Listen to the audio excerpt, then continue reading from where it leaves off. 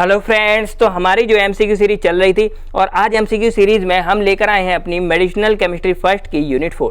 तो यूनिट 4 से पहले जो भी हमारे यूनिट्स के एमसीक्यूज हो गए, उनकी वीडियोस हो गई और पीडीएफ्स हो गई हमारी, और इनके ब्लॉग जो कुछ भी हमारा बाकी थ्योरी वाला जो पार्ट हो गया, बाकी सब्जेक्ट्स की हमारे एमसीक्यू वीडियोज हो गई, तो उन सब की जो लिंक होगी वो आपको जो है डिस्क्रिप्शन बॉक्स में दे दिया जाएगा। आप नीचे जाइए और वहाँ जाके आप विजिट कीजिए, आपको सारा कुछ जो है मिल जाएगा। और ये मैं आपको पहले ही बता दूँ, ऐसा नहीं है कि एमसीक्यूज इंपॉर्टेंट है, हमारे लिए थ्योरी भी बहुत ज़्यादा इंपॉर्टेंट है, क्योंकि थ्योरी अगर आपकी एक बार क्लियर होगी आप सारे एमसीक्यूज को ऑटोमेटिक कर सकते हैं। पर वीडियो देखना इसलिए जरूरी है क्योंकि आपको आइडिया लग जाता है किस तरह के एमसीक्यूज आते हैं, उनको कैसे सॉल्व करेंगे सारा कुछ। ठीक है, चलिए बात करते हैं इस यूनिट की। तो यहाँ पर आपके लिए जो है टोटल 50 एमसीक्यूज होंगे और जो काफी ज्यादा इंपॉर्टेंट है और अकॉर्डिंग टू पीसीआई हमारे वैसे स्पेशली एकेटिव के लिए हैं, तो आप लोगों को बहुत ज्यादा हेल्प होगी, एंड सेमेस्टर एग्जाम में आपके काम आएंगे। बाकी और भी जितने भी फार्मेसी रिलेटेड एग्जाम्स होते हैं सभी में हेल्प करते हैं, क्योंकि सिलेबस जो है ऑलमोस्ट सेम होता है। चलिए, आपको करना क्या होगा यहाँ पे कि जैसे आपके सामने ये क्वेश्चन रखा जाएगा, फिर मैं आपको थोड़ा बहुत इसके बारे में बताऊंगा, फिर आपको क्या करना है, गैस करना है कि क्या इसका आंसर हो सकता है। और उस दौरान आप वीडियो को पुश कर सकते हैं, क्योंकि ज्यादा लेंथी हो जाएगी वीडियो,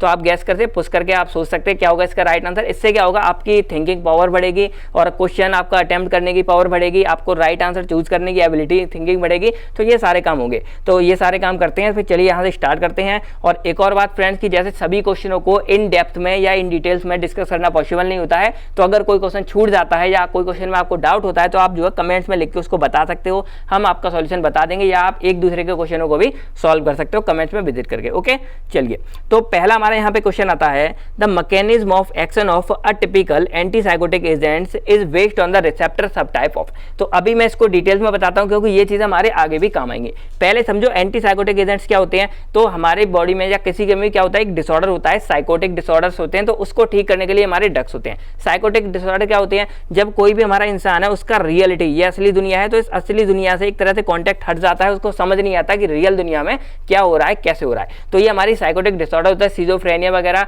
माइंड एकदम एक्साइटेड स्टेट में हो जाता है, कोई पागल हो जाता है, होश खो बैठता है, अजीब अजीब से हरकतें करने लगता है, abnormal बिहेवियर करता है। उन सबको ठीक करने के लिए हमारे ड्रग्स होते हैं, एंटीसाइकोटिक एजेंट्स होते हैं। ये हमारे दो तरह के होते हैं, एक टिपिकल और एक अटिपिकल। अटिपिकल समझो जो हम नॉर्मली, जैसे किसी को बीमारी हो गई तो नॉर्मली उसका यूज कर रहे हैं। अटिपिकल मतलब उसको सीवियर कंडीशन में, यानी कि खतरनाक स्टेज तक पहुंच गया, वो ठीक नहीं हो रहा, उस कंडीशन में हम टिपिकल वाले जो हमारे होते हैं एंटीसाइकोटिक उसका यूज करते हैं। नुकसान क्या है, अटिपिकल हमारे नॉर्मल है तो बॉडी में कोई साइड इफेक्ट नहीं देखने को मिलता, लेकिन जो टिपिकल वाले हैं वो हमारे लिए हार्मफुल हो सकते हैं, उनके साइड इफेक्ट भी देखने को मिलते हैं, लेकिन असर अपना वो अच्छा दिखाते हैं। तो ये सारा कुछ था। अब यहाँ पर पूछा है कि जो हमारे अटिपिकल वाले एंटीसाइकोटिक एजेंट्स हैं, यानी कि जो नॉर्मली हम यूज करते हैं, वो उनका मतलब वो कौन से सब टाइप ऑफ रिसेप्टर पे जाके बाइंड होते हैं। तो यहाँ इसका राइट आंसर हमारा क्या होगा, आप लोग सोचिए, 4 दे रखे हैं, S3, M1, D1, 5ST2A। सोचिए, बाकी इसका राइट आंसर हमारा क्या होगा, 5ST2A। ये हमारा एक क्या होता है, सेरोटोनिन का एक मतलब रिसेप्टर होता है, और इसका मेन काम होता है एक्साइटेटरी स्टेट में ये काम आता है। तो अगर इसको हम ब्लॉक कर देंगे तो जो एक्साइटेड लेवल बढ़ रहा था वो धीरे धीरे क्या हो जाएगा, कम हो जाएगा, और हमारे ब्रेन की एक्टिविटी धीरे कम होगी, तो जो ये हमारी जो बीमारियां ये हमारी धीरे धीरे क्या होंगी, नॉर्मल आने लगेंगी। ओके, चलिए सेकेंड क्वेश्चन हम देखते हैं। Schizophrenia is closely associated with the neurochemical abnormality. तो यहाँ पर है कि जैसे सिजोफ्रेनिया हमारे माइंड की एक डिसऑर्डर है, ब्रेन डिसऑर्डर, भाई एपिलेप्सी वाला, सॉरी यहाँ पर, हाँ ये एपिलेप्सी वाला हमारा यहाँ पर है, एंटी सीजर वाला, सॉरी सीजर वाला हमारा ये है। तो यहाँ पर ये बताना है एक्चुअल में कि कौन सा हमारा यहाँ पर न्यूरोट्रांसमीटर है वो इन्वॉल्व हो रहा है, तो ये आपको यहाँ बताना है। सोचिए क्या होगा, 4 ऑप्शन है आपके सामने। चलिए, तो इसका राइट आंसर हमारा क्या होगा, डोपामिनर्जिक अबनॉर्मेलिटी। रीजन क्या है कि यहाँ पर हमारे ये तब होता है जब हमारी बॉडी में क्या होता है, डोपामिन की जो लेवल होती है वो इंक्रीज हो जाती है, और इसकी वजह से हमारी बॉडी एक्साइटेड लेवल में चली जाती है, माइंड एक्साइटेड लेवल में चला जाता है, और ये तरह तरह की अबनॉर्मल बिहेवियर होने लगता है। तो राइट आंसर कौन सा होगा यहाँ पर, डोपामिनर्जिक अबनॉर्मेलिटी।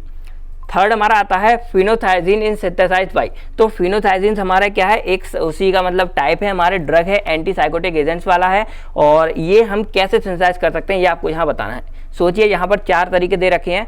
चलिए, तो इसका राइट आंसर हमारा क्या होगा, डी होगा, यानी कि साइक्लाइजेशन ऑफ डाइफिनाइलामीन। तो अभी मैं आपको एक सिंपल ट्रिक ही बताता हूँ। जैसे डाइफिनाइलामीन है तो 2 फिनाइल ग्रुप हैं, तो आपने ये बता दिए, देखो एक फिनाइल ये ग्रुप हो गया, एक ये हो गया, शायद आपको क्लियर विजिबल हो रहा होगा।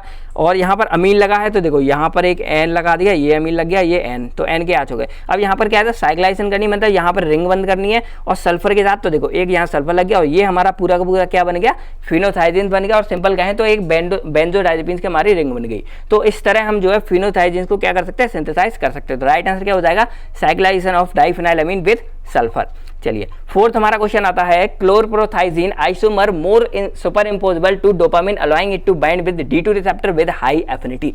तो यहाँ पर क्या हो रहा है कि ये हमारे D2 रिसेप्टर है, D1 D2 D3 ये हमारे होते हैं, इस पर क्या करता है, डोपामिन बाइंड हो रहा है। तो यहाँ पर जो हमारा क्लोरप्रोथाइजिन है ये हमारा एक रिंग एनालॉग होता है हमारा फिनोथाइजिन का, हमको पता है यहाँ पर यही होता है, शायद क्रॉस चेक कर लेना आप एक बार। तो ये क्या करेगा हमारा, इसका कौन सा फॉर्म, एक होता है सिस एक होता है ट्रांस, तो इसमें से कौन सा हमारा है जो क्या करेगा, डोपामिन को अलाउ करेगा इसके ऊपर बाइंड होने के लिए।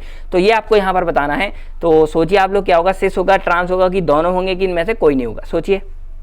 चलिए बाकी इसका जो राइट आंसर है वो हमारा क्या होगा, यहाँ पर इसका सिस फॉर्म यानी कि सिस वाला जो है वो हमारा इस पे एक्चुअली इस सब चीज के लिए क्या होता है, रिस्पॉन्सिबल होता है। ठीक है फ्रेंड, चलिए अब हमारा यहाँ पर फिफ्थ क्वेश्चन आता है, फ्लूफेनाजाइन डेकोनोइट is greater biological half life due to. तो ये हमारा एक ड्रग होता है, अब इसकी बायोलॉजिकल लाइफ के बारे में पूछा है कि इसकी हाफ लाइफ क्यों ज़्यादा होती है। तो आपको पता है हाफ लाइफ का मतलब क्या है कि अगर वो बॉडी से कोई भी ड्रग है वो हमारी बॉडी से जितनी जल्दी एक्सक्रीट आउट हो जाएगा, ये हमारी बॉडी है जितनी जल्दी बाहर निकल जाएगा उसकी हाफ लाइफ उतनी कम हो जाएगी। तो यहाँ पर आप देखोगे तो इसका रीजन क्या है कि ये हमारा क्या होता है, राइट आंसर मैं अभी बता देता हूँ बी है। समझाता हूँ कैसे कि एक तो ये डिपोट फॉर्मेशन करता है। डिपोट मतलब क्या होता है कि जैसे मान लो कोई जगह वहाँ पर इस तरह डिपॉजिट हो गया, फिर धीरे धीरे यहाँ से क्या रिलीज होने लगता है। तो वही यहाँ दिखा देखो, releasing of drugs slowing into circulation. तो जितना धीरे धीरे हमारे ब्लड में सर्कुलेट होगा उतनी ही धीरे हमारे किडनी के पास पहुंचेगा, उतनी ही धीरे हमारा क्या होगा, बॉडी से बाहर निकलेगा। तो कम बाहर निकलेगा तो इसकी हाफ लाइफ ऑटोमेटिक बढ़ जाएगी। तो यही होता है कि ये हमारा क्यों इसकी जो हाफ लाइफ है वो हमारी ज़्यादा क्यों होती है, क्योंकि ये क्या होता है कि हमारा धीरे धीरे डिपोर्ट होगा पहले, फिर हमारी बॉडी से धीरे धीरे क्या होगा, रिलीज होता है। ठीक है, तो राइट आंसर हो जाएगा हमारा इसका बी हो जाएगा। चलिए अब हमारा 6 आता है, in the treatment of schizophrenia blockade of D2 receptor in which pathway is useful. तो सिजोफ्रेनिया के लिए हम क्या करते हैं, D2 रिसेप्टर को क्या करते हैं, ब्लॉक करते हैं। अब D2 हमारा डोपामिन का है, अब ब्लॉक करने से क्या हुआ कि इस D2 को जब हम ब्लॉक कर देंगे तो हमारा डोपामिन इसके ऊपर जाके बाइंड नहीं करेगा, तो कोई असर नहीं दिखेगा। तो ये जो पूरा पाथवे होता है ये हमारा कौन सा है, ये 4 ऑप्शन यहाँ पे दे रखे हैं, सोचिए आप लोग। चलिए बाकी इसका जो राइट आंसर हमारा क्या होगा, मीजोलिम्बिक पाथवे, क्योंकि ये जो पाथवे ये हमारा क्या है, डोपामिन वाला पाथवे होता है और यहीं से हमारी जो बॉडी में फीलिंग प्लीजर वाली जो फीलिंग वगैरह आती है वो यहीं से हमारी बॉडी में रेगुलेट होते हैं। तो ये हमारा क्या पाथवे है, तो अगर हम इसको ब्लॉक करेंगे तो हमारा ये कौन सा पाथवे यहाँ पे यूजफुल रहेगा, मीजोलिम्बिक वाला यूजफुल रहेगा। ओके चलिए 7th हमारा आता है, an anti convulsant drug which does not produce a voltage dependent inactivation of sodium channel.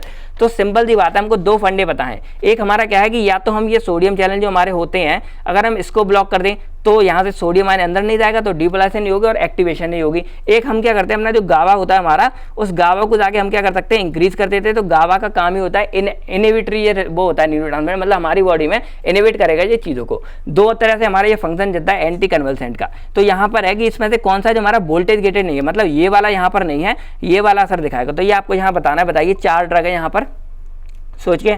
चलिए बाकी इसका राइट आंसर हमारा क्या होगा, वीगाबैट्रिन। तो ये वाला हमारा एक्चुअल में ड्रग है, इसका काम क्या होता है कि जैसे ये हमारा गावा है, तो गावा हमारी बॉडी में क्या करता है, इनहिबिट कर रहा है, हमारे CNS को डिक्रीज करेगा, इनहिबिट करेगा। तो गावा को कुछ हमारे ऐसे एंजाइम होते हैं जो क्या करते हैं, गावा को इनहिबिट करते हैं। तो ये जो वीगाबैट्रिन है ये हमारा उस एंजाइम को खत्म कर देगा, तो हमारा गावा की जो कंसंट्रेशन है वो बढ़ जाएगी, और गावा बढ़ जाएगा तो हमारी बॉडी में जो है इनहिबिटरी रिस्पॉन्स और ज़्यादा बढ़ जाएंगे और बॉडी धीरे धीरे जो है नॉर्मल आने लगेगी। ठीक है, चलिए तो राइट आंसर क्या हो जाएगा, वीगाबैट्रिन हो जाएगा। 8th हमारा यहाँ पर आता है, the statement is true regarding फिनाइटोइन। तो फिनाइटोइन के बारे में यहाँ स्टेटमेंट लिखा है, वो आपको बताना है कौन सा सही है कौन सा गलत है। तो एक ही बताना है कौन सा सही है। तो 4 ऑप्शन है आपके सामने, पढ़िए। चलिए बाकी इसका राइट आंसर हमारा क्या है कि हमारा जो सोडियम चैनल होते हैं उसको जाके ब्लॉक कर देगा। मैंने अभी आपको थोड़ी देर पहले बताया, सोडियम चैनल ब्लॉक कर दो या फिर गावा की कंसंट्रेशन को बढ़ा दो, 2 तरीके हैं यहाँ। तो ये क्या करते हैं, सोडियम चैनल को ब्लॉक कर देते हैं और ये हमारे ऐसे काम करते हैं। ओके चलिए 9th हमारा आता है, the drug which can be use in the treating माइक्लोनिक scissor. तो पहले समझो कि मायोक्लोनिक सीजर क्या होता है। तो ये एक ऐसी कंडीशन होती है जब क्या होता है कि जैसे कोई भी पर्सन है ये हमारा, तो इसके हाथ पैरों में तो अनकंट्रोल रिस्पॉन्स होगा, वही इनवॉलंटरी वाले रिस्पॉन्स होंगे, इन पे कंट्रोल नहीं रहेगा, लेकिन इनका माइंड इस बार जो है वो जागता रहेगा। माइंड जैसे मैंने बताया था ना, माइंड हमारा एकदम सो जाता है, माइंड को याद नहीं रहता, लेकिन इस कंडीशन में माइंड को पता रहता है, लेकिन देखते हुए भी वो कुछ नहीं कर पाते। थिंक सोच सकते हैं, सब काम कर सकते हैं, मतलब उनका माइंड जिंदा है लेकिन उनकी बॉडी अनकंट्रोल्ड एक तरह से एकदम मूवमेंट कर रही है, और इसमें ये भी होता है कि पर्सन जो है नीचे गिर भी जाते हैं नॉर्मली। तो ये हमारा होता है मायोक्लोनिक सीजर। तो इसके लिए कौन सी दवा का यहाँ यूज़ किया जाता है ये आपको यहाँ बताना है, सोचिए। चलिए बाकी इसका यहाँ पर राइट आंसर क्या होगा, क्लोनाजीपाम। तो ये वाला जो ड्रग है वो हमारा मायोक्लोनिक सीजर के लिए हम यूज करते हैं। ओके चलिए 10th हमारा आता है the large overdose of anti epileptic drug result in. तो जो हमारे एंटी एपिलेप्टिक ड्रग होते हैं जो हमारी एपिलेप्सी वगैरह में ठीक करने में काम आते हैं, अगर ये वाले ड्रग की लार्ज डोज ले ली जाए तो ये हमारी बॉडी में क्या साइड इफेक्ट कॉज करते हैं, इनके क्या नुकसान होंगे, ये आपको यहाँ बताना है। सोचिए, या कोई सा भी कॉज बंदा देख सकते हैं। तो 4 ऑप्शन दिए हैं। चलिए बाकी इसका राइट आंसर क्या है, रेस्पिरेटरी डिप्रेशन, यानी कि जो हमारी रेस्पिरेटरी वहां पर ये डिप्रेस कर देंगे, सांस लेने में दिक्कत वगैरह होने लगेगी। तो ये इसके क्या है, यूजुअली साइड इफेक्ट है। ओके चलिए 11th हमारा आता है first known anti convulsant drug बात। तो एंटी कन्वल्सेंट ड्रग हमारा पहला कौन सा था, अभी तो आपको पता है कौन कौन से होते हैं, हमारे पहला कौन सा था ये आपको यहाँ बताना है। तो 4 ऑप्शन है आपके सामने, फिनोबार्बिटॉल, फिनाइटोन, पैरालेडियाइड या पोटेशियम ब्रोमाइड। सोचिए। चलिए बाकी इसका राइट आंसर हमारा क्या होगा, पोटेशियम ब्रोमाइड। ये हमारा पहला ड्रग है जो हमारा as a anti convulsant drug की तरह यूज किया गया था। 12 हमारा आता है the drug जोनिसामाइड belong to this category. तो ये हमारा जोनिसामाइड जो ड्रग है वो हमारे इसमें से कौन सी कैटेगरी में बिलोंग करता है। पहले ही बता दूं कि ये भी हमारा एक एंटी कन्वल्सेंट ड्रग है जो हमारा एपिलेप्सी को ट्रीट करने के काम आता है यहाँ पर। तो अब सोचिए ये बना कौन सा होगा यहाँ पर। चलिए बाकी इसका राइट आंसर हमारा क्या होगा, सल्फोनामाइड, यानी कि ये हमारा कौन सा ड्रग है, सल्फोनामाइड ड्रग है। ओके चलिए अब हमारा 12th आता है ट्राइमीथाडोन is used in the treatment of following epilepsy. तो हमारा ट्राइमीथाडोन एक ड्रग है, तो वो हमारी कौन सी एपिलेप्सी, हमारे टाइप्स मैंने आपको बता दिए थे, तो उन टाइप्स में से कौन सी एपिलेप्सी में ये हमारा यूजफुल है, कौन सी एपिलेप्सी को ठीक करने के काम आता है। सोचिए। चलिए 4 हैं, ग्रैंड मेल, पैटेड मेल, स्टेटस एपिलेप्टिस और अब्सेंस। तो यहाँ पर हमारा राइट आंसर क्या होगा, यहाँ पर अब्सेंस सीजर है। और इसमें शायद थोड़ा सा एरर आ गया इस क्वेश्चन में, क्योंकि अब्सेंस सीजर को हम पैटेड मेल सीजर नाम से भी जानते हैं। तो मे बी ये हमारे दोनों हो सकते हैं, आप इस चीज़ को जो है करेक्ट कर लेना, ठीक है। बाकी जब मैं इसकी PDF वगैरह कहीं दूंगा आपको, ब्लॉग में दूंगा, तो मैं इस चीज़ को यहाँ पर करेक्ट कर दूंगा। तो वैसे तो अब्सेंस को पैटेड मीजर भी कहते हैं, तो ये दोनों हमारे क्या हो जाएंगे, इसके करेक्ट आंसर हो जाएंगे। तो ये हमारा किस में आता है, अब्सेंस सीजर में। और इसमें होता क्या, ये भी मैं आपको बता दूँ, आगे क्वेश्चन में आपकी काम आएगा। इसमें एकदम जो आईलिड्स वगैरह होती है ब्लैंकिंग होने लगती है और पूरी बॉडी जर्किंग होने लगती है और लगभग 30 सेकंड तक ये हमारा रहता है। ओके चलिए मोस्टली ये हमें बच्चों में देखने को मिलता है। तो राइट आंसर क्या हो जाए, वैसे अब्सेंस है लेकिन पैटेड मिल को ही अब्सेंस सीजर नाम से भी जानते हैं। तो ये दोनों हमारे आंसर इसके करेक्ट हो जाएंगे। चलिए 14th हमारा आता है anti psychotic drugs also known as. तो एंटी साइकोटिक ड्रग्स हम किस नाम से जानते हैं, तो ये मैंने अपनी जो पढ़ाया था आपको थ्योरी, उसमें पहले ही नंबर पे ये लिखा था। सोचिए क्या होगा। चलिए बाकी इसका राइट आंसर हमारा क्या है, न्यूरोलेप्टिक ड्रग, यानी कि इसको न्यूरोलेप्टिक ड्रग नाम से भी जानते हैं। 15th हमारा आता है which one is the example of a typical antipsychotic agent. तो इसके बारे में मैंने आपको सही से बता ही दिया था, टिपिकल अटिपिकल के बारे में। अब आपको बताना है इसमें से कौन सा हमारा ड्रग है जो as a typical antipsychotic agent की तरह यूज होता है। सोचिए। चलिए बाकी इसका नाम हमारा क्या है, रिस्पेरिडोन। ये हमारा एक्चुअल में ड्रग है जो हमारा as a typical antipsychotic agent की तरह यूज होता है। कई जगह ये आपको परफेनाजिन भी मिल सकता है, लेकिन करेक्ट इसका ये वाला है हमारा। तो आप चाहो तो एक बार आप खुद भी क्रॉस चेक कर सकते हो, मेरे लिए यही है, रिस्पेरिडोन है। ओके चलिए 16th हमारा आता है date is example of डाइहाइड्रोइनोलोन्स derivative. तो ये भी हमारे एक्चुअल में क्या होता है, यहाँ पर अगर आप देखेंगे तो ये भी हमारे क्या होते हैं कि एंटीसाइकोटिक्स एजेंट्स होते हैं और ये इसी की दवा के रूप में हमारे यूज किए जाते हैं। तो इसका एक्चुअल में एग्जांपल क्या है, ये एक डेरिवेटिव है। तो यहाँ पर 4 ड्रग है, तो कौन सा है वो इसके अंदर बिलोंग करता है, सोचिए आप लोग। चलिए बाकी इसका राइट आंसर हमारा क्या है यहाँ पर, मोलिनडोन। ये हमारा जो एक्चुअल में ड्रग है वो हमारा इसी कैटेगरी के अंदर बिलोंग करता है। ओके चलिए राइट आंसर इसका हमारा ये होगा, ए होगा। 17 हमारा आता है डेट एग्जांपल ऑफ पिपराजीन डेरिवेटिव। तो पिपराजीन डेरिवेटिव के अंदर हमारा कौन सा ड्रग यहाँ पर बिलोंग करता है, ये आपको यहाँ बताना है। सोचिए आप लोग। चलिए तो इसका राइट आंसर हमारा क्या होगा, फ्लूफेनाजाइन। ए हमारा ये है, ये हमारा जो है पिपराजीन डेरिवेटिव के अंदर बिलोंग करता है। बाकी आप चाहो तो एक बार इसको भी क्रॉस चेक कर लेना। चलिए 18 हमारा आता है N antipsychotic drugs फ्लूफेनाजाइन is given as an ester of डेकोनोइक acid. तो जो हमारा फ्लूफेनाजाइन है जो हमारा यहाँ पे यूज हो रहा था, तो इसको हम क्या करते हैं, ईस्टर देते हैं, डेकोनोइक एसिड के ईस्टर फॉर्म में क्यों देते हैं, तो इसका आपको यहाँ रीजन बताना है। सोचिए आप लोग क्या होगा।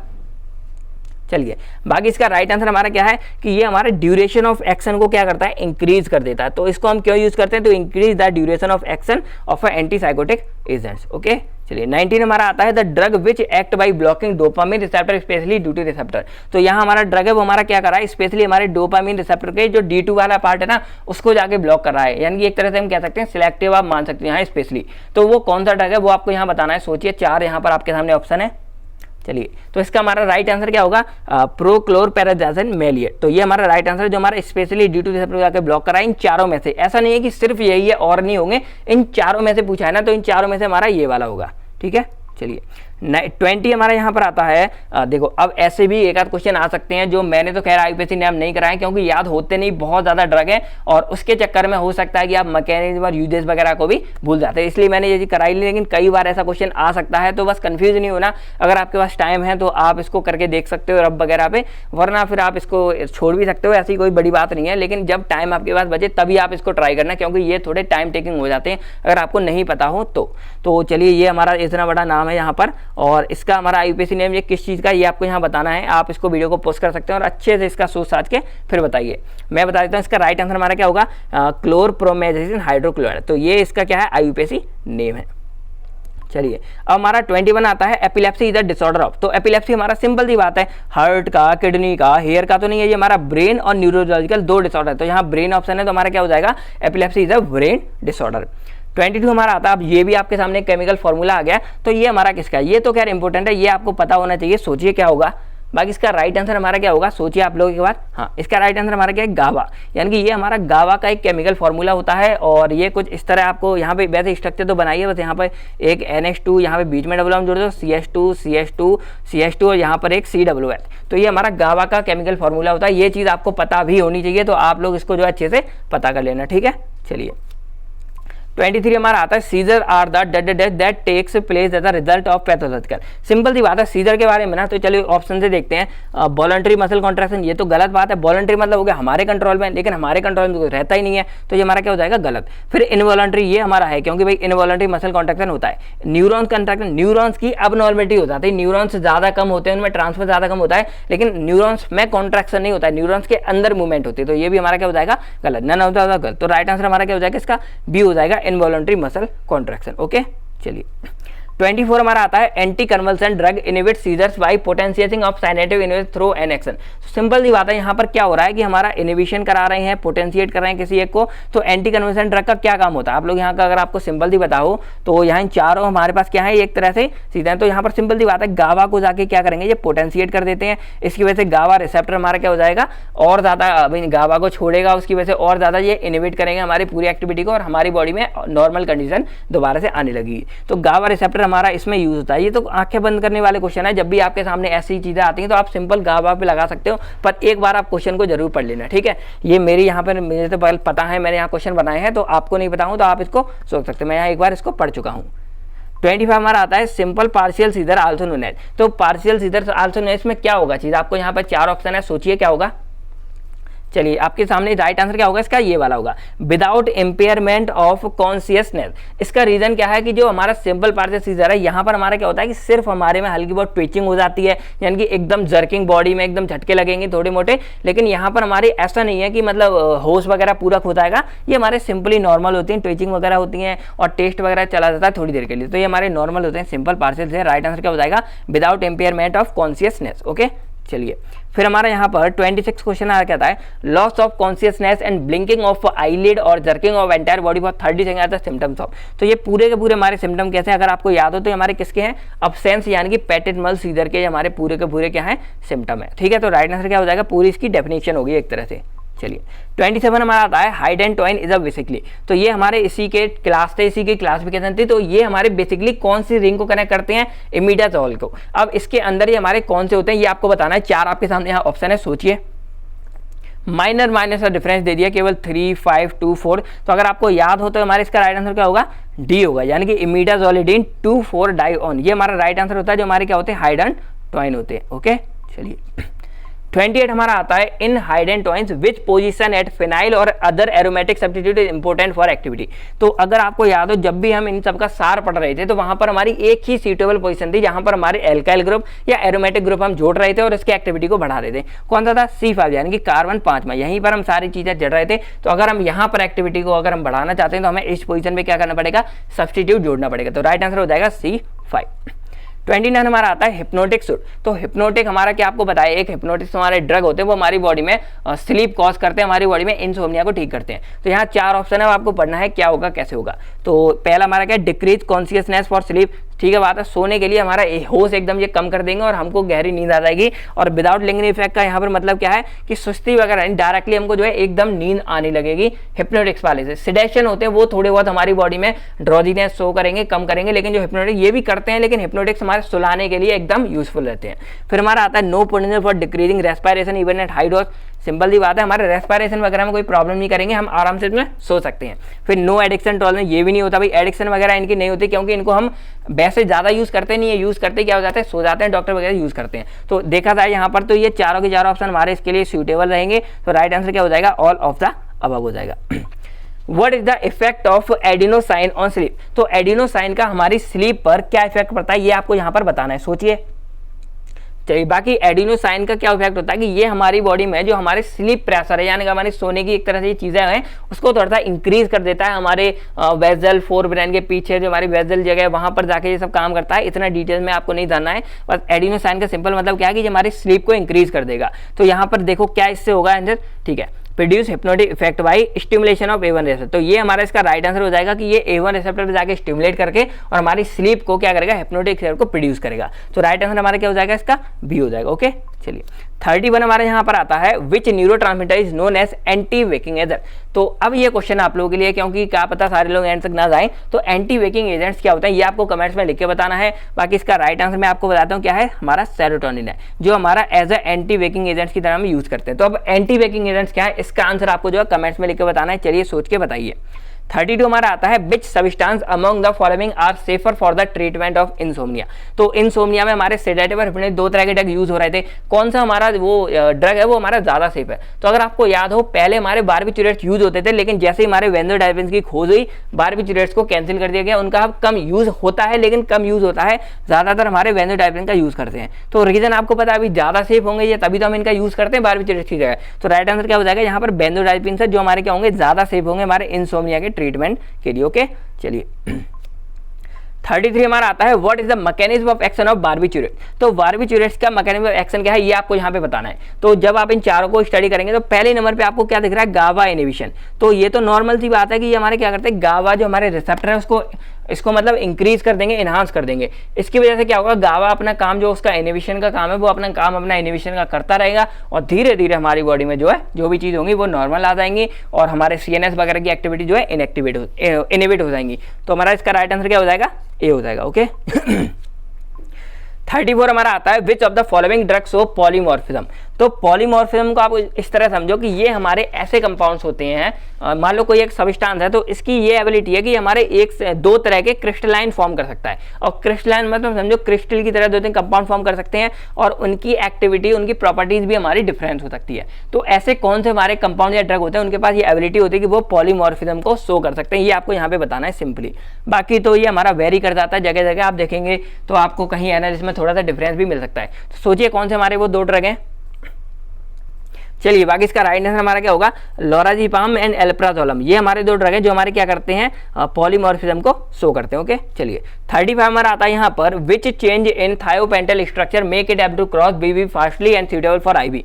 तो हमारा जो थायोपेंटल होता है इसका क्या एक तरह से स्ट्रक्चर देखा था, मैं आपको शॉर्ट बता रहा हूँ, वैसे तो इसका बहुत बड़ा होता है यहाँ पर। तो ये एन है, यहाँ हमारा क्या है, एस है। तो इसमें सॉरी यहाँ पर क्या हमारा इधर एस जुड़ा होता है, तो ये हमारा होता है ग्रुप। तो इसमें क्या ऐसी चीज होती है कि इसमें क्या ऐसा करें कि ये हमारे जो ब्लड ब्रेन बैरियर्स को और ज्यादा तरीके से क्या करें, इनहांस करें, उसके लिए एक्टिविटी बढ़ जाएगी। तो यहाँ पर हमारा राइट आंसर क्या होगा, इसका सी होगा। यानी कि अगर हम इस एस वाले ग्रुप को यहाँ से रिप्लेस कर देंगे तो इसकी एक्टिविटी क्या हो जाएगी, बढ़ जाएगी। तो राइट आंसर हमारा क्या हो जाएगा, यहाँ पर सी हो जाएगा, replacement of S at C2 पोजिशन। ओके 36 हमारे यहाँ पर आता है which of the following sedative and hypnotic use as the status epileptic. तो स्टेटस एपिलेप्टिक के लिए हम यहाँ पर कौन से सेडेटिव एंड हिप्नोटिक का यूज करते हैं, पहले आप समझो ये हमारी चीज क्या होती है। तो अगर जो हमारी एपिलेप्सी या सीजर्स होते हैं, अगर वो हमारे क्या होता है 5 मिनट से ज़्यादा बढ़ जाएं, तो आपको मैंने एक बात बताई थी, अगर 5 मिनट से ज़्यादा बढ़ते हैं तो हम इस पर कॉल करके तुरंत को सूचित कर सकते हैं 911 पे। तो अगर किसी को 5 मिनट से ज़्यादा सीजर वगैरह होते हैं तो वो हमारा स्टेटस एपिलेप्टिक कहलाता है। उसके लिए हमारे यहाँ पर कौन सा ड्रग यूज होगा ये आपको बताना है, सोचिए। चलिए, बाकी इसका राइट आंसर हमारा क्या होगा, सेकोबार्बिटोल। ये हमारा ड्रग है, वो हमारा यहाँ पर यूज करेंगे स्टेटस एपिलेप्टिकस के लिए। ओके, चलिए 37 हमारे यहाँ पर आता है which of the following sedative and hypnotics excreted in urine in the form of ग्लूकोरोनाइट। तो यहाँ पर हमारे कौन सा ऐसा ड्रग है सेडेटिव हिप्नोटिक वाला जो हमारा इजीली तरीके से क्या हो जाएगा, हमारा एक्सक्रीट आउट हो जाएगा, यूरिन के सहारे बाहर निकल जाएगा, किसकी फॉर्म में, हमारा ग्लूकुरोनाइड। तो अगर आपको याद हो तो मेटाबॉलिज्म में क्या हो रहा था, कोई भी हमारा ड्रग है वो लाइपोफिलिक से हाइड्रोफिलिक बन रहा था, लाइपोफिलिक से क्या बन रहा था हमारा वो हाइड्रोफिलिक, और हाइड्रोफिलिक बन के क्या हो जाता है वो इजीली बॉडी से बाहर निकल जाता। और ये मेटाबॉलिज्म में हमारी एक प्रोसेस ये भी थी ग्लूकुरोनाइड वाली। तो यहाँ पर ये पूछा है कि यहाँ पर जो सेडेटिव हिप्नोटिक्स हैं इनको हम कौन सा ड्रग है वो इजीली तरीके से यहाँ से बाहर निकल जाएगा। तो ये आपको यहाँ पे बताना, सोचिए। चलिए वहाँ की इसका राइट आंसर हमारा क्या होगा, बेंजोडाइजेपिन्स। ये हमारे होते हैं वो हमारे इजीली क्या हो जाएंगे यहाँ से, और यही रीजन है कि ये मतलब काम करके अपने बॉडी से बाहर भी निकल जाते हैं जल्दी, तो इसीलिए इसको एज अ बारबिटूरेट्स की जगह हम ज़्यादा इसका जो है यूज भी करते हैं। तो एक रीजन ये हमारा इसके लिए हो सकता है। चलिए 38 हमारा आता है, विच change in structure of benzodiazepines result in their rapid conjugation with ग्लूकुरोनिक acid. तो वैसे भी हमारा बेंजोडाइजेपिन्स की जल्दी एक्सक्रीशन हो रही थी, अब अगर इसमें हम कौन सा ऐसा स्ट्रक्चर में चेंज करेंगे जो हमारा और जल्दी जो है बाहर निकल जाए ग्लूकुरोनिक एसिड के साथ में। तो इसके पीछे हमारा राइट आंसर सोचिए क्या होगा, 4 है यहाँ पर, तो इसका राइट आंसर हमारा क्या होगा, ए होगा। यानी कि इसमें हम क्या करें, कार्बोनिल ग्रुप को पोजीशन 3rd पर जोड़ देंगे तो ये कंपाउंड हमारा क्या हो जाएगा, पोलर बन जाएगा। पोलर का मतलब पानी नेचर का, पानी नेचर का बनकर इसकी हाइड्रोफिलिसिटी और ज्यादा बढ़ जाएगा, और ये हमारा और जल्दी जो हमारी बॉडी से बाहर निकलेगा, और जल्दी हमारा क्या हो जाएगा, ग्लूकुरोनिक एसिड के साथ रैपिड कंजुगेशन इसकी हो जाएगी, एक्सक्रीट आउट जल्दी हो जाएगा। ठीक है, चलिए तो इसका राइट आंसर क्या हो जाएगा, हमारा ए हो जाएगा। 39 हमारा आता है, what is the effect of hypnotic on REM. तो हमारी ये स्लीप की 2 स्टेज होती हैं, एक हमारी होती है आरईएम, एक हमारी होती है एनआरईएम। आरईएम का मतलब यहाँ पर क्या होता है, रैपिड आई मूवमेंट, और ये हमारी फर्स्ट स्टेज होती है जिसमें हमारी आंखें धीरे धीरे जो है मूवमेंट हमारी धीरे धीरे कम होने लगती है, मूवमेंट करेंगी और हमारी आंखें एकदम क्लोज हो जाएंगी। दूसरा हमारा आता है नॉन रैपिड आई मूवमेंट, उसमें क्या होता है कि अब हमारी बॉडी बिल्कुल गहरी नींद में चली जाती है, सपने वगैरह देखने लगते हैं। तो यहाँ पर है कि अगर हिप्नोटिक्स हम देते हैं तो इस आरईएम पर क्या इफेक्ट पड़ेगा। सिंपल सी बात है, पहले आरईएम होता है, उसके बाद हमारी जो एनआरईएम आती है, यानी कि हम गहरी नींद में होते हैं। तो ये जब हिप्नोटिक्स देते हैं तो ये क्या करते हैं, इसकी जो हमारी ड्यूरेशन है आरईएम है उसको कम कर देंगे। जैसे मान लो आप सोने जा रहे हो तो नॉर्मली आपको मान लो आधा घंटा पूरा लग रहा है, तब आपका इंसोम्निया है, उस कंडीशन में आरईएम आपको मान लो 15-20 मिनट का, तो जब ये ड्रग देते हैं तो आरईएम हमारा मुश्किल से 2-4 मिनट या 5 मिनट, मतलब उसका जो टाइम है वो कम हो जाएगा, तो हम गहरी नींद में बहुत जल्दी सो जाते हैं। तो राइट आंसर क्या हो जाएगा, reduce duration and intensity of REM, ये हो जाना सिंपल हो जाता है। 40 हमारा यहाँ पर आता है, 5,5 ethyl बारबिटूरिक acid is the common name. तो ये सिंपल सी बात हमारा क्या है, एक हमारा क्या है, ये एक सिंपल सा मतलब आईयूपीएसी नेम है, तो वही कॉमन नेम है हमारा। तो किसका कॉमन नेम है ये आपको बताना है, 5,5 डाई इथाइल बारबिटूरिक एसिड। सोचिए आप लोग। चलिए बाकी इसका राइट आंसर हमारा क्या होगा, बारबीटॉन, और इसी को जो है बारबीटल। ये कितने लोग कंफ्यूज हैं कि बारबीटॉन और बारबीटल अलग अलग होते हैं, ऐसा नहीं है। टॉन और टल ये हमारे लगभग एंड में सेम हो जाते हैं, तो बारबीटॉन इज इक्वल टू बारबीटल। तो हमारा राइट आंसर क्या हो जाएगा, ये हो जाएगा। ठीक है, चलिए 41 हमारे यहाँ पर आता है, बारबिटूरिक acid is prepared by the condensation of. तो बारबिटूरिक एसिड को हम कैसे प्रिपेयर कर सकते हैं, यहाँ पर एक सिंथेसिस है वो जहाँ आपको बतानी है, सोचिए क्या होगा। चलिए बाकी इसका राइट आंसर क्या होगा कि यहाँ हम कंडेंसेशन करा देते हैं डाई इथाइल मेलेनोट एंड यूरिया की, तो हमारे यहाँ पर जो है बारबिटूरिक एसिड की फॉर्मेशन हो जाती है। ओके, चलिए 42 हमारा आता है, sedative action of बारबिटूरेट्स is due to substitute of. तो सेडेटिव एक्शन हमारी कब होगी, तो अगर हम क्या करें, जो हमारे C5 पोजीशन पे अगर हम एक लाइपोफिलिसिटी वाला ग्रुप को जोड़ देते हैं तो इसकी बढ़ जाएगी। रीजन क्या है, लाइपोफिलिक हो जाएगा तो हमारे जो ब्लड ब्रेन बैरियर है उसको ये इजीली क्रॉस कर जाएगा, और इसकी वजह से हमारे ब्रेन पे जाके बहुत अच्छा अपना इफेक्ट शो करेगा, तो इसका सेडेटिव एक्शन जो है वो बढ़ जाएगा। सिंपल सी बात है, तो राइट आंसर क्या हो जाएगा, ए हो जाएगा। 43 हमारा आता है, condensation of ethyl phenyl मेलेनोट with urea give. तो यहाँ पर अगर हम इथाइल फिनाइल मेलेनोट का यूरिया के साथ अगर कंडेंसेशन कराते हैं तो हमारे किस कंपाउंड की यहाँ फॉर्मेशन होगी, सोचिए। चलिए तो इसका राइट आंसर हमारा क्या होगा, फिनोबारबिटॉन की यहाँ पर हमारी क्या हो जाती है, फॉर्मेशन हो जाती है। चलिए अब हमारा 44 आता है, 2 amino 5 क्लोरोबेंजोफिनॉल is the starting material for synthesis of. तो ये हम सिंथेसिस यहाँ पढ़ रहे हैं, तो एक कंपाउंड हमारा ये है, तो ये हमारा किसका स्टार्टिंग मटेरियल है, ये आपको यहाँ बताना है, सोचिए। चलिए बाकी इसका राइट आंसर क्या होगा, डाइजिपाम। यानी कि जब डाइजिपाम की सिंथेसिस करते हैं तब हमारा ये वाला कंपाउंड जो है यहाँ पर स्टार्टिंग मटेरियल होता है, तो राइट आंसर क्या हो जाएगा, डाइजिपाम। 45 हमारा आता है, 2,4,6 ट्राई ऑक्सोहेक्साहाइड्रोपिरिमिडिन इज आईयूपीएसी नेम। तो ये हमारा किसका आईयूपीएसी नेम है, ये आपको यहाँ बताना है, सोचिए आप लोग वीडियो को पुश करके। चलिए बाकी इसका राइट आंसर हमारा क्या होगा, बारबिटूरिक एसिड का ये हमारा क्या है, एक आईयूपीएसी नेम है। चलिए फिर हमारे यहाँ पर 46 आता है, बाइपोलर डिसऑर्डर। तो ये मैंने आपको बताया, ये हमारा क्या होता है, दिमाग का एक ऐसा डिसऑर्डर होता है इसमें हमारी 2 चीज़ें हो जाती हैं। कभी तो इंसान एकदम इंक्रीज हो जाएगी उसकी एक्साइटमेंट मेंटल की, और कभी एकदम उसकी मेंटल एक्साइटमेंट क्या हो जाएगी, डिक्रीज हो जाएगी। तो इसी का नाम है बाइपोलर। ये हमारी क्या होता है, एक तरह से मूड स्विंग वाला चीज़ आप समझ लो। तो राइट आंसर इसका क्या हो जाएगा, हमारा बोथ ए एंड बी। यानी कि बाइपोलर डिसऑर्डर क्या है, हमारा कभी कभी मेंटल एक्साइटमेंट इंक्रीज भी है और मेंटल एक्साइटमेंट डिक्रीज भी है। तो राइट आंसर क्या हो जाएगा, बोथ ए एंड बी हो जाएगा। 47 हमारा आता है यहाँ पर methyl फिनोबार्बिटॉल is also known as. तो मिथाइल फिनोबार्बिटॉल को हम क्या बोलते हैं, तो मिथाइल तो आता था मी और फिनोबार्बिटॉल आता फी, तो इसको हम बोलते हैं मीफोबार्बिटॉल, इसको यहाँ पर इस नाम से भी बोला जाता है। चलिए 47 हमारा यहाँ पर आता है थेराप्यूटिक यूज ऑफ बेंजोडाइजिपिन। तो बेंजोडाइजिपिन वैसे हमारा सेडेटिव हिप्नोटिक की तरह भी यूज होता है और एंटी एपिलेप्सी की तरह भी यूज हो रहा है। तो हाइपरटेंशन में नहीं आ रहा है, अस्थमा में नहीं आ रहा है, एलर्जी में नहीं आ रहा है, तो राइट आंसर क्या हो जाएगा, इन एपिलेप्सी। चलिए 49 हमारा आता है अल्प्राजोलम यूज ना ट्रीटमेंट। तो ये हमारा किस में यूज हो रहा है, ये आपको यहाँ बताना है, सोचिए। बाकी इसका राइट आंसर हमारा क्या होगा, एंजाइटी, यानी कि हमारा एंजाइटी में हम इसको यूज करते हैं। चलिए अब लास्ट क्वेश्चन है और इसका आंसर आपको जो है कमेंट्स में लिख के बताना है। Drug from the class of फ्लूरोब्यूटारिफिनॉल। तो फ्लूरोब्यूटारिफिनॉल, इसकी स्पेलिंग आप ठीक कर लेना। तो जो हमारा फ्लूरोब्यूटारिफिनॉल है ये हमारी कौन सी क्लास का ड्रग है वो आपको यहाँ बताना है, या इसकी क्लास का कौन सा ड्रग है। यहाँ 4 ड्रग दे रखा है, इसके आंसर आपको जो है कमेंट्स में लिख के बताना है। तो बस आज की वीडियो में इतना ही। आई होप आप लोगों को वीडियो अच्छी लगी होगी, आपको सारा कुछ समझ आ गया होगा। और फिर भी आपको कोई भी क्वेश्चन में डाउट आता है तो आप जो कमेंट्स में लिख के हमसे पूछ सकते हैं। बाकी वीडियो कैसी लगी बताना जरूर हमको, लाइक करना और दोस्तों के साथ शेयर करें जिससे उसका भी जो है प्रॉफिट हो सके। बाकी इसकी जो भी पीडीएफ के ब्लॉग वगैरह वो आपको कमेंट्स में लिंक में डाल दूंगा, वहां जाके आप इनको देख सकते हैं। और पीडीएफ क्या, वहां पर जाके जो भी आपको क्वेश्चन देखना आप वहां देखने को मिल ही जाते हैं, तो आप देख सकते हैं इसी तरीके से। चलिए तो मिलते हैं आपसे बहुत है नेक्स्ट वीडियो में, तब तक friend thank you, take care and आप सब लोग अपना और अपनी फैमिली का ख्याल रखिएगा। बाय बाय, जय हिंद दोस्तों।